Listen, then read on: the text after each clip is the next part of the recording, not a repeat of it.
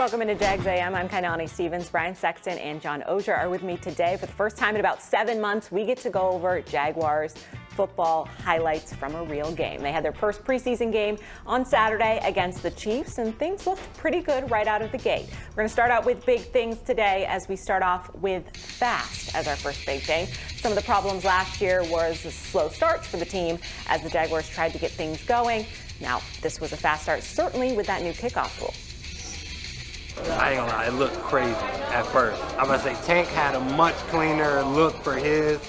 I thought I was supposed to be tackled a long time ago in mine, but it was exciting to be able to make a play like that. And it was cool. It gave us confidence to be able to be like, okay, these kick returns are real. It's gonna be exciting here. Brian, we've been talking about this new kickoff rule, what it was going to look like, and it was really exciting right from the gate. Well, one of the things that we knew was that if a guy got free, he was going to have a great chance to make a play because everyone is so congested on the other side of the 35-yard line. And listen, there were 2 or 3 times where he should have been tackled, where he ran back to the middle of the field, and all you saw were red shirts surrounding him. He made a great play to get to the outside. I mean, this is a talented guy, and we didn't get to see enough of him last year, but he's got the sort of body stature, right? He's short, he's compact, he's powerful, he's quick. It's going to be fun. I think the league got what they wanted from this. There's going to be some tweaks that they need to make because when you give up a return like that, coach is going to go just kick it out of the end zone. We'll give it to him at the 30-yard line. So they're going to have to tweak it if they want to keep it, but mission accomplished on that. Yeah, I think they're going to look for a sweet spot in terms of where to kick the ball from, certain rules and the tweaks. I think you could easily see the kickoff team try to drop a guy back to prevent long returns, not to start with it. So I think you're going to see special teams coaches play with this because there's no best practices with the kickoff yet. But credit to Parker Washington. I mean, they've been looking for something from him for a while. But what's interesting is that Doug Peterson told me on Friday he wasn't going to do anything. I mean, they were only going to do the most vanilla of looks on the kickoff team, and on the most vanilla of looks, they got the return. So when they start getting clever and creative and changing up the kicker and the return men and the formation, that's when it could get really interesting. It's definitely something that's going to evolve as the season goes along. As we saw even in the game on Saturday, things looked very different from the first quarter through the end of the game. Our second big thing today is going to be clean. We didn't see any turnovers in this game from the team, which is an issue that we saw last year. Doug Peterson talked about that being one of the things he was focusing on, just playing smart football. John, is there a ton to make of it? I know it was, the starters for not very long, but to keep taking care of the football, that's huge. Yeah, a little. I mean, Trevor was in for 2 series and didn't fumble, which is sort of the overall thing. I don't think you really see much of that until the pressure's really on in that situation. That feels like where his fumbles came from in the past. But sure, better to not have them than to have them. And I think the fact that you got through the whole game with a team committing no turnovers, they were clean.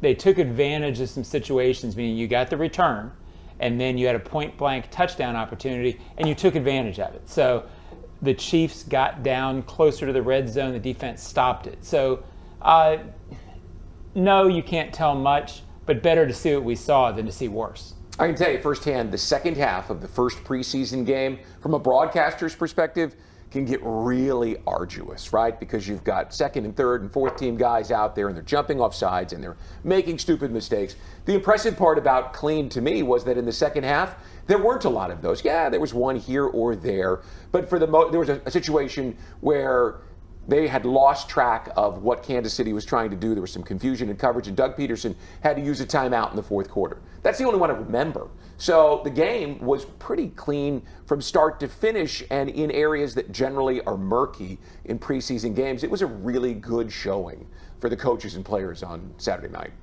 Brian, that's a good point. That leads into our final big thing, which is being consistent. Doug Peterson talked post-game about how he didn't feel like there was a drop-off no matter which squad was out on the field. And I think that's what you're seeing out there in practice. That's what I'm seeing anyway. And then tonight, with so many guys playing in this game, there wasn't really a drop-off, Because sometimes when you get out of that first, second unit, sometimes there's a letdown or a drop-off with play. And I didn't see that tonight. Our guys played fast. They played hard. Were there mistakes? Sure, there were mistakes and MAs and things like that we can clean up this week. But I think top to bottom, the guys played. Credit to them. They played fast and they played physical.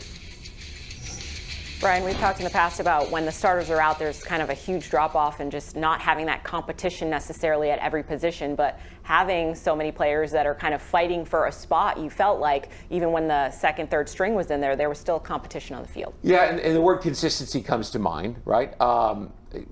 Listen, the difference between good players who can occasionally play great and great players is consistency. And if you go out there on the practice field early before any practice starts, you're going to see the same 5 or 6 guys. You're going to see Trevor, you're going to see Josh, you're going to see Tyson. You're going to see Evan Ingram, who's the best example of this. And what I've noticed in recent weeks, Kai, is that Evan Ingram, who's the first guy on the practice field every day, is out there doing the same things the same way. And you now are starting to see other players follow him out. They've seen the clues that greatness has left for them to pick up, and they're starting to do that. I think that's one of the reasons why they played clean into the second half, why there wasn't a huge drop-off from 2 to 3, is because guys like Evan Ingram are showing them how to get it done in a consistent manner. Yeah, I don't want to make too much of the depth because I thought they weren't a particularly deep team in 22, and they wound up being deep in the right spots. In 23, I thought they were deeper, and injuries hurt them. So sometimes depth can mean exactly where you get hurt. But overall, think about it. This is Trent Baalke's 4th year as general manager, 3rd year with Doug Peterson. They had the draft the last year where they drafted 13 guys. It takes time in this league to get guys you want, to get the type of guys you want. It does feel like what they want and quality is dipping a little bit further into the roster than maybe it did in 22. All right, stay with us here on Jags AM. Coming up, we're going to go over all of the highlights from Saturday's game against the Chiefs.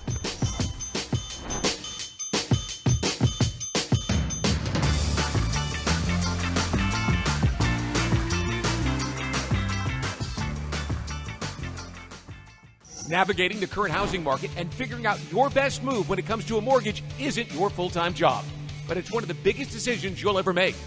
That's where the experts at Jet Home Loans get into the game and coach you to your ultimate goal of getting not just the right loan, but the perfect loan for you, the home of your dreams.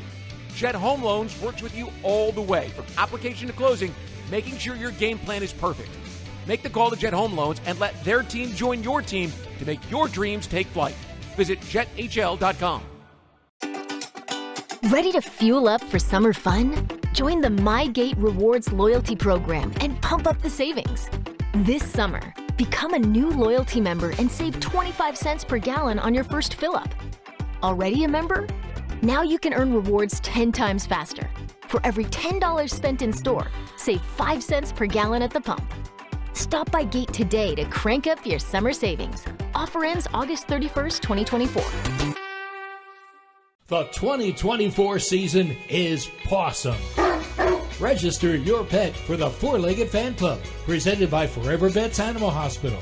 Your furry friend can access exclusive merchandise, events, and sweepstakes throughout the season. Fan club members will be automatically entered to win the Pet of the Game sweepstakes, with 2 Jags tickets and sideline passes for pet owners, and a chance for your pet to be featured on the video boards as Pet of the Game.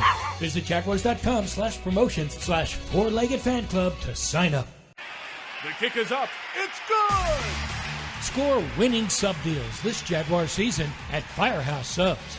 Buy a medium hook and ladder sub and get a medium hook and ladder sub free when the Jaguars kick a field goal of 40 yards or more. It's a bold deal for the bold city.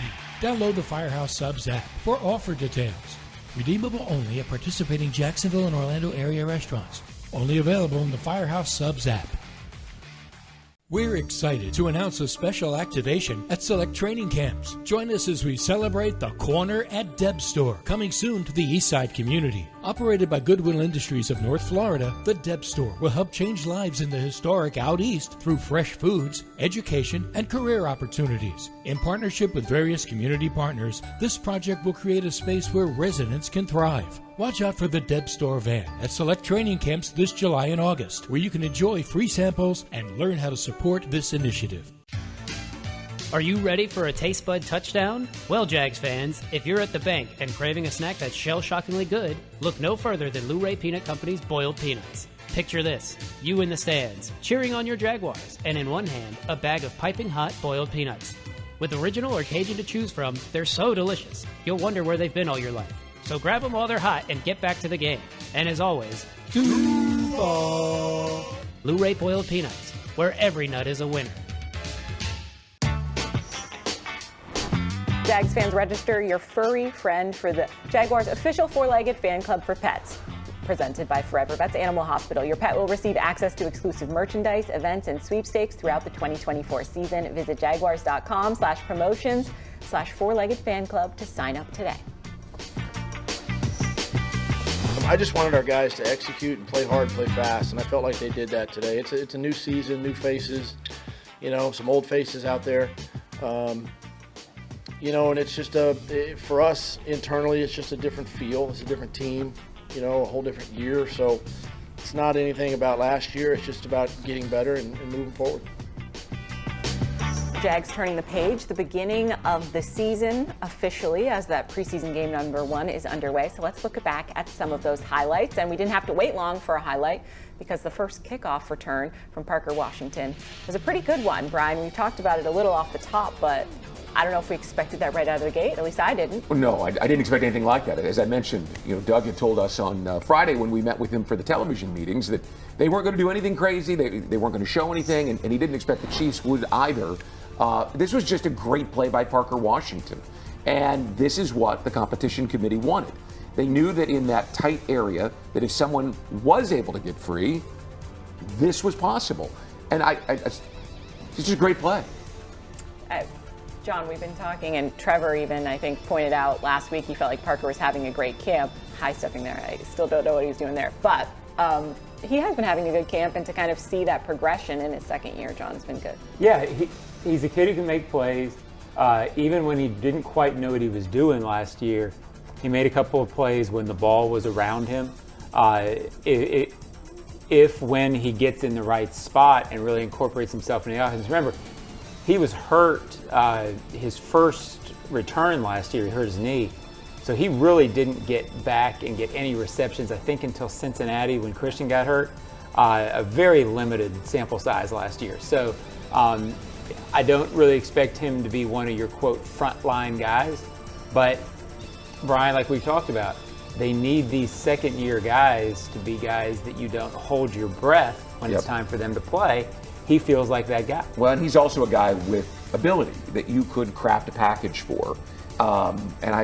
He's just really talented. I do want to point out real quick, there were a lot of guys that made blocks. Tyler Lacey had a block, Yasir Abdullah, Tim Jones, Tank Bigsby. What was really impressive about that play, beyond Parker's just ability, was how many guys were down the field blocking all the way. So it's pretty cool to see just how wide open the space is because of the way they have to align now just 5 yards apart, not kind of running at each other. So to see how that goes along with the season. Let's do one of our defensive highlights. Yasir Abdullah getting a sack in the first quarter, I believe, as well, and partially because of the other two getting there first. But always good to see when you can get some pressure on the quarterback, even if it's Patrick Mahomes, who's very elusive. He just kept coming, right? You see him coming all the way from the far side. Trayvon Walker looped in from that 3 technique and misses him, right? And Abdullah just got off the block and kept playing. That's a guy with a sense for where the quarterback is. And he was a pass rusher at Louisville, so he would have that. Well, Doug has talked a lot about they're going to play, all teams rotate their defensive line a little bit. This team feels like it's going to rotate a lot. It's one of Ryan Nielsen's things.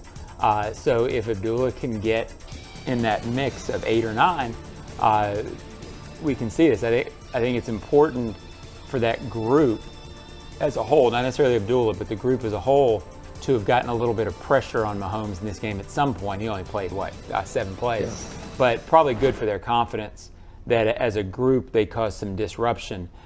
It's what they didn't do enough last year outside of Trayvon and Josh. It's interesting you say that. I think one of the media members was saying about the defense that it kind of looked like a hockey shift at times, really players coming on and off, and Doug has come on the record and said that's what he likes about the scheme that they're running right now, similar to when he was in Philadelphia, kind of utilizing everybody's skill set at different points so you're not getting as tired and you can maintain throughout the game. And Ryan Nielsen and Doug both said they expected especially with Trayvon bulking up. He told us on Friday he's 285 pounds. That's 15 pounds heavier than he was last year. And he wanted to have his hand on the ground inside, in that 3 technique on the inside shoulder of the guard. They didn't do enough of that with him. They dropped him back into coverage last year. That was him playing exactly the way Ryan Nielsen wanted him to. So it was fun to see early on. And by the way, his eyes must have been like saucers early on in the game with the chance to hit the quarterback to just let that guy sidestep him like that. I know. Well, he'll get there eventually. Sure, he will. In the regular season, we hope. Brian Thomas Jr., first-round pick, getting his first catch of the year, kind of getting some experience under his belt. And I don't think this is a great play. I don't know if we'll get the exact angle of it, but the reaction from the team on his catch right here, because obviously we've been talking about Brian Thomas Jr. kind of getting him out of his shell, and he definitely got out of his shell after this, celebrating a little bit, and just everybody's reaction on it is so funny. You can look at a different person every single time, and what a great catch. It was a great catch because Joshua Williams, that corner, is hanging all over him. And what you don't see until you see this angle is there's a safety who's bearing down on him over the top. And to have the concentration to fight off the one defender and understand the other one was coming and make the catch tells you he's used to making big catches. Yeah, my impression is they really like this kid, and he's a kid who is easy to like because he doesn't say a whole lot. I'm not around him the way players are, but I haven't gotten the impression that he's come in and thinks he's that guy and all that.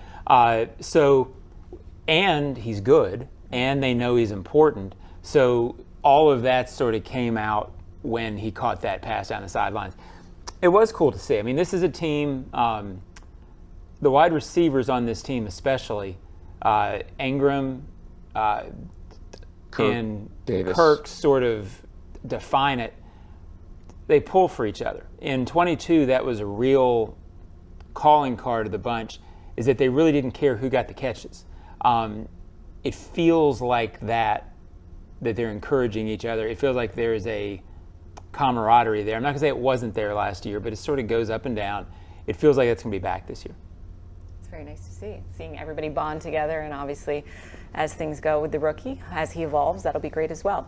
Second-year player, another one we want to talk about, Tank, had a pretty good day for himself. No fumbles, as we talked about. Ball security was an issue at times. A couple big runs he tore off, and then also that return that he got a little tripped up on. But John, we know you love Tank, so it's nice to see from him. It's not to love. I know. He was too good in camp last year to be as ineffective as he was all year, and to continue that. If you watch him, he clearly has skills. He clearly brings something to the table. Good for him to see that when the uniform was on Saturday. I'm not going to overplay it and say this means he's going to be an all-pro, but I think that does give him some confidence, and I would just be surprised if he's not a lot more of a factor this year, not just based on this game, but just based on everything they're saying about him, everything we've seen from him. Brian, I think he can matter. I think he's unfairly targeted with ball security issues. There were other players on this team that have had trouble with the ball. The quarterback last year had 21 turnovers, and in his first season on the starting lineup, Travis Etienne had a couple of really costly fumbles. One against the Giants here that cost him a chance to win the ball game. So people said, well, he didn't take care of the ball. You know what? He had one fumble, right? He had 2 go off his hands. He had 1 fumble. He's a really good player. And the power and the speed and the versatility he's got, the issue with him last year was trust, right? And you could say, well, it was ball security. Not as much as it was protection issues. And both Press Taylor and Doug Peterson have said this year, we trust this kid. And I think even the coaches look back and regret that a little bit, that they kind of went away from him. I get why they did it when you have a player like Travis Etienne and you're in a lot of close games. It's hard to go away from the guy for a guy that you want to show confidence in. But I think when they got together in February, that was probably an area where they said, you know what, if we had to do over again, we'd probably stick with him a little more. I think there's a concerted effort, and it seems like Tank's going to make it pay off. You were on him early in training camp last year. Everyone will be on him by the time this season ends. He is going to be an impactful player this year. He's going to need to be, especially if this team wants to succeed this year, for sure. Let's talk about this catch from Beathard to Devin Duvernay, another new addition in the offseason. He kind of looked up, found the ball, and I don't know if it was a broken play or if that was the plan all along, but to come back and get this catch and then roll in and get a touchdown, it's nice to have the versatility from the wide receiver group they had versatility before, but just in terms of being able to do different things and expecting something from everybody. Well, a couple of thoughts. First of all, CJ stood in with a hit. Yeah, he did. And delivered a nice ball. This is NFL stuff here at the end of the play, meaning the Chiefs defender, you see, doesn't locate the ball, and Duvernay does. So Duvernay is a 5th, 6th-year guy, been around it, been doing it. Certainly, if you can get some impact offensively out of him every 4 or 5 games, huge bonus. Well, I think one of the reasons why people were uncomfortable with Jamal Agnew leaving was because he gave them something in the offense, not just as a return man. This is an all-pro, Pro Bowl return man who also clearly can give you something down the field.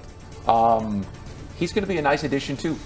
There are more weapons, and if you Parker Washington, Dever Duvernay, these kinds of guys can really give you a lift over the course of a 17-game season. Yeah, and it seems like Devin may give you I love Jamal, great kid, and mattered a great deal to this team. You sort of had to work to get him the ball. Yeah. I don't know if he was a receiver. Well, he caught some passes, but overall, within the scope of the offense, probably didn't love when he had to be your 3rd or 4th guy. Duvernay looks like he may be a little better within the normal scheme of the offense than Jamal was. So maybe that's an upgrade. He's fast. Having options is good. I feel like sometimes you felt maybe limited by certain things on the offense last year. Now that there's options that, are at your disposal, that has to be big for them. And then finally, we're going to do the Chiefs kickoff safety situation. Doug tried to explain it a little bit. As we learn about this kickoff as things go, the Chiefs called for a safety because of taking the ball back, and the way it's described exactly is kind of... Under the old rule, this is a touchback as Right. soon as the ball crosses into the end zone. Right. Under the new rules, the ball stays live.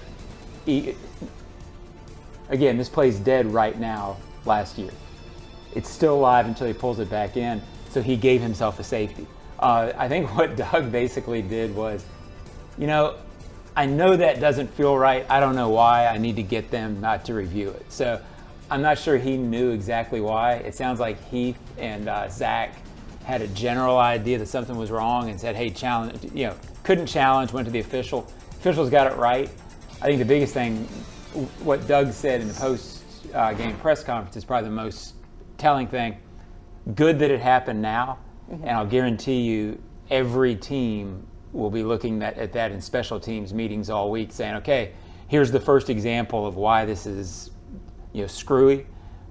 Returners, make sure you don't do this. So a fabulous teaching point for the league. Well, Deneric Prince, the running back, he watched it bounce and he just walked away. Clearly, he thought that was the right. rule. Muscle memory Right. told him that was a touchback. It was only McCole Hardeman who had the ability to get back there and to at least try to down it. Otherwise, Jaguars will fall on it. Right, it could be a touchdown for them.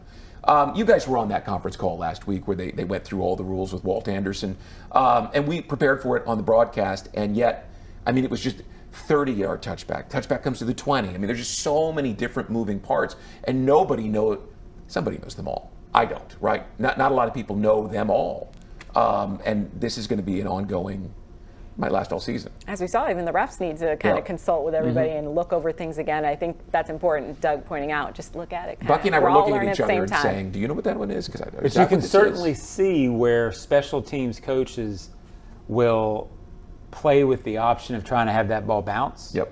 Because all of a sudden, the idea of creating chaos for the returner and uncertainty in the returner about what to do. Short field. You can easily see how that could incorporate and I think Heath said it when they first drafted Cam Little, that he had really good control on kicks like that and was able to get spin on it. I didn't put 2 and 2 together. You can see why from seeing that play the other night. By the way, something that came up, I don't know whether you guys noticed it, after a safety, how do you normally kick the ball back? With a free kick from the 20-yard line and generally used a punter. They did not do that. That's the first time that it happened, right? So they went right to the dynamic kickoff with the kickoff from the 35-yard line. So that's a new change that they didn't talk about on the conference call, and those are the kinds of little things that I still wish they'd fix onside kicks. You don't consider. Well, they will next year. We're going to see as it all goes along. Fun for all of us, you guys. Coming up after the break, we're going to do some hot takes after our first preseason game is under our belt.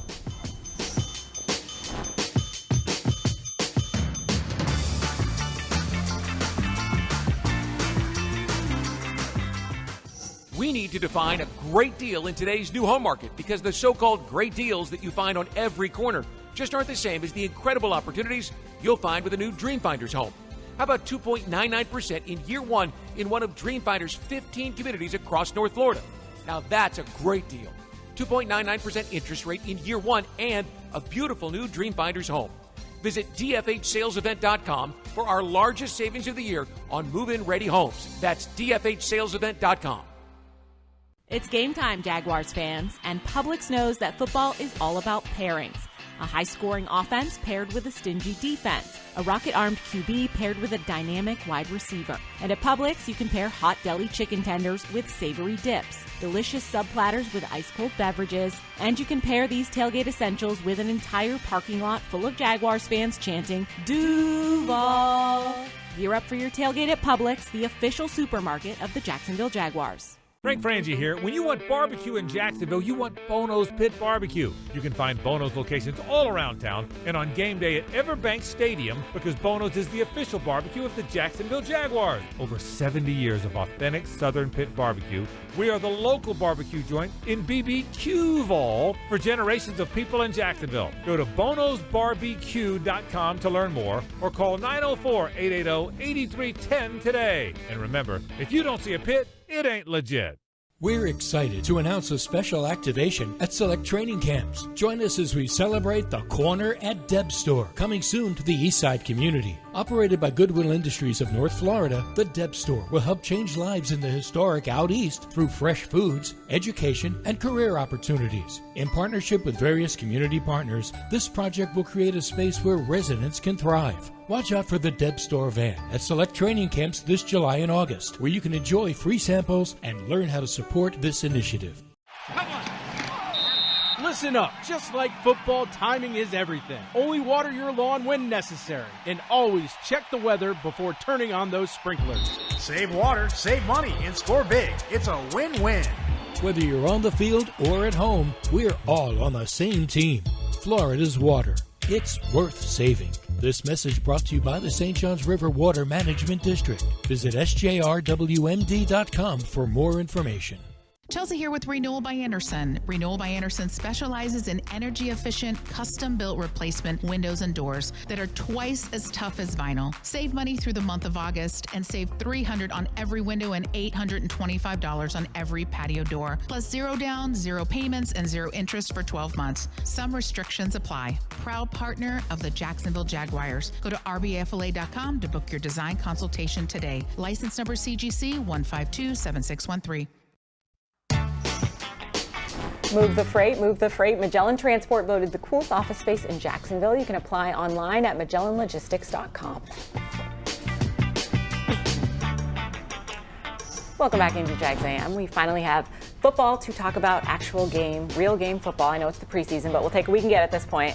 What are your hot takes after the first preseason game? Brian, where are you going with yours? Well, you know, there's 10 of 11 is a good night. The Jaguars have 11 players on the roster from that big franchise record 13-member draft class from a year ago, and 10 of them played the other night. The only one that didn't was Anton Harrison. We know he hasn't practiced with a concussion the last couple of weeks. But everyone else made a play at Bigsby. Brenton Strange was on a beautiful crossing route, and Mac Jones just missed it, right? I mean, otherwise, he probably scores. Yasir Abdullah we talked about. Tyler Lacey had a couple of tackles. Even Eric Hallett, who spent last year on the practice squad as a safety, stepped up and made plays. Parker Washington, you just go from, you know, the second all the way down to the 11th pick, and all of them were on the field and all of them made plays. In the preseason, call it flashing. They show you things that you need to see to believe that they're taking steps forward. They've been a major storyline of training camp, and as of the first preseason game on Saturday night, they all passed. Well, it shows you they're fitting. And you know, guess what? It takes a while in this league for young players to know their place, to know how to contribute. So I agree with Brian. I think that's a huge storyline. And if you see guys like Bigsby, Washington, out of that 10, if 5 matter this year, then you've got 6 guys out of that draft class who are contributing in a major way. You'll definitely take that. I went with it's going to take more than 2 weeks to fix the running game. it's my way of not having to say relax again, because every love that, year though. after the first preseason game, I get emails from people. I got one the other night. Devin Lloyd was awful, and he played 5 plays. I mean, it's more than that. But point being, I think Doug after the game had that proper perspective of the preseason week 1 these days is so close to being a practice that coaches, when they come out of it, they're not up and down. There's not the emotion because they know what it is. We see helmets and uniforms and think this is the real thing we're watching. There's no game planning, etc. There was panic over the running game. They didn't run early in the game. That's not going to look right in the first couple of preseason games. It's going to take until September or October for cohesion to come in. So, well, once again, you're playing with a backup at left guard, which they did all season last year. Ezra Cleveland didn't play because of the heel injury that slowed him down last week.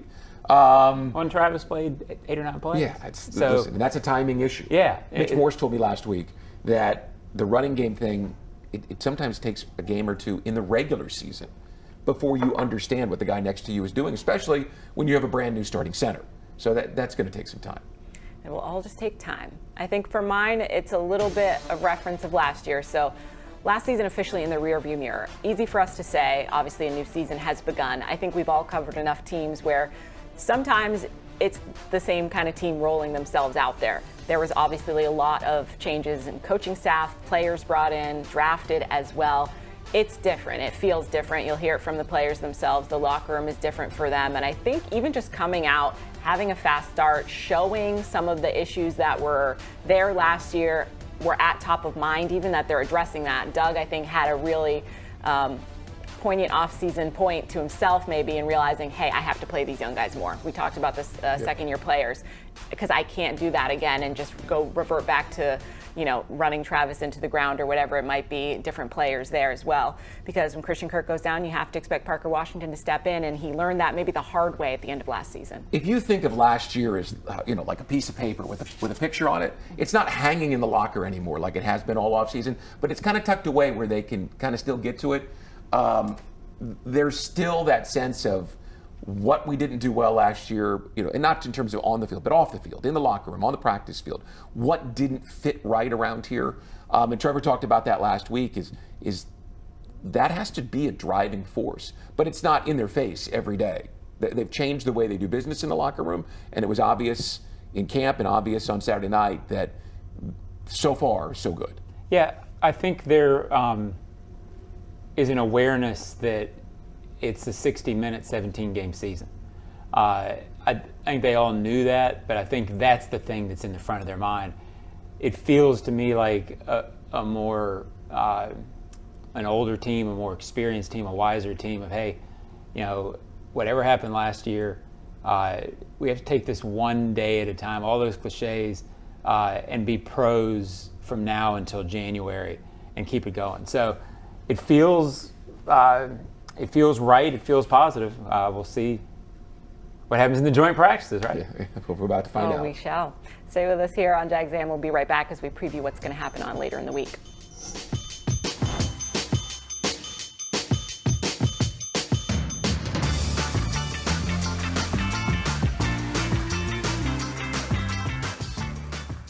Navigating the current housing market and figuring out your best move when it comes to a mortgage isn't your full-time job, but it's one of the biggest decisions you'll ever make.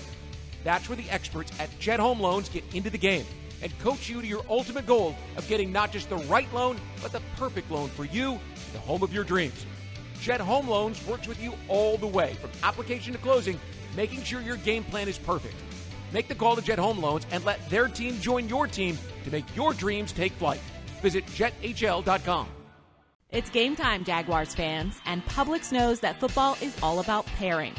A high-scoring offense paired with a stingy defense. A rocket-armed QB paired with a dynamic wide receiver. And at Publix, you can pair hot deli chicken tenders with savory dips, delicious sub platters with ice-cold beverages, and you can pair these tailgate essentials with an entire parking lot full of Jaguars fans chanting, Duval!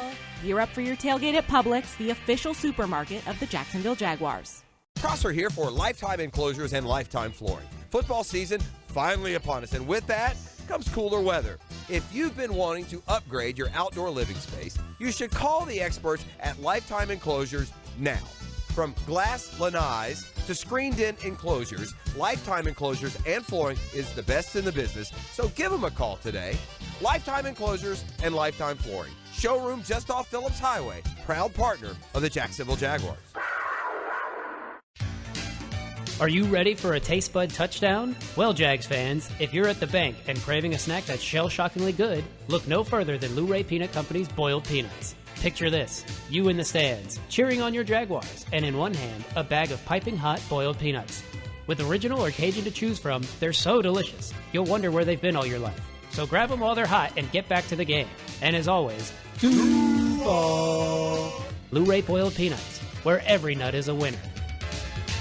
We're excited to announce a special activation at select training camps. Join us as we celebrate the Corner at Deb Store, coming soon to the Eastside community. Operated by Goodwill Industries of North Florida, the Deb Store will help change lives in the historic Out East through fresh foods, education, and career opportunities. In partnership with various community partners, this project will create a space where residents can thrive. Watch out for the Deb Store van at select training camps this July and August, where you can enjoy free samples and learn how to support this initiative. Chelsea here with Renewal by Anderson. Renewal by Anderson specializes in energy-efficient, custom-built replacement windows and doors that are twice as tough as vinyl. Save money through the month of August and save $300 on every window and $825 on every patio door. Plus 0 down, 0 payments, and 0 interest for 12 months. Some restrictions apply. Proud partner of the Jacksonville Jaguars. Go to rbafla.com to book your design consultation today. License number CGC 1527613. Jags fans, if you want customized Jaguars furniture for your home, check out zipchair.com to browse all customizable options. Zipchair is furniture for fans. This guy's a great teammate and a great guy. For all you guys, like, listen, young, black, successful. He's single, by the way. Just to let everyone know he is single, so if you guys need somebody, he's your guy. Look at that, Gabe Davis, a great wingman, great guy to have in the wide receiver room with you. That says a lot right there. I mean, it's nice. It sort of speaks to what we talked about earlier in the show, that they like this kid. People forget when they come in as first-round picks that they are kids, and they're sort of looking around, not knowing what's going on, and not even really sure how to fit in, right? Like, so, yeah, I think that's a really good sign. It's great to see Gabe get involved as well with that 20-yard. That was a beautiful throw by Trevor. Absolutely. All right, we got joint practice coming up on Wednesday and Thursday. The Bucs are going to be in town. What are you guys most looking forward to? I just enjoy kind of the competition, not going against yourself in practice. I know Doug always says that he takes these reps almost as seriously, or if not more, than I think it's an important week. He really thinks that these are ones where you can control what you're trying to get out of it. You can get a lot out of it, and the starters won't play on Saturday because Doug wants them to be getting this, and then it's taken the place almost of that fourth preseason game you lost.